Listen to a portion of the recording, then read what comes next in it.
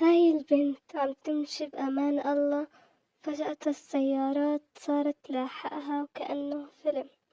الصراحة أنا أول ما شفت الفيديو فكرته كواليس مسلسل، بس طلعت حقيقية وهي بالعراق.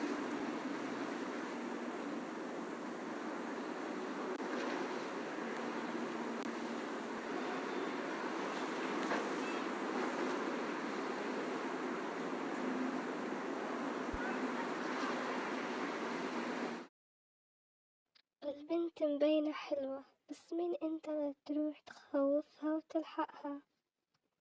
مو مهم البنت وين كانت وين رايحة، شو شغلها، شو تطبخ، فجر ظهر الليل صبح، ما في ولا سبب يخليك تلحق بنت ولا بأي مكان ولا زمان.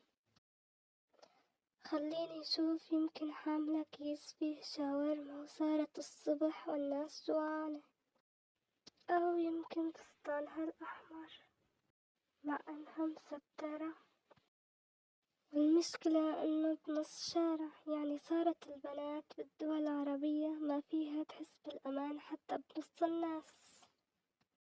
ويا ريت سيارة 4 5 سيارات. أنا بقول السيارتين الآخرتين يمكن إجوا يفزعوا للبنت لأن شافوها عم يلحقوها، يمكن، الله أعلم. سوء تربية وسوء يا جحش.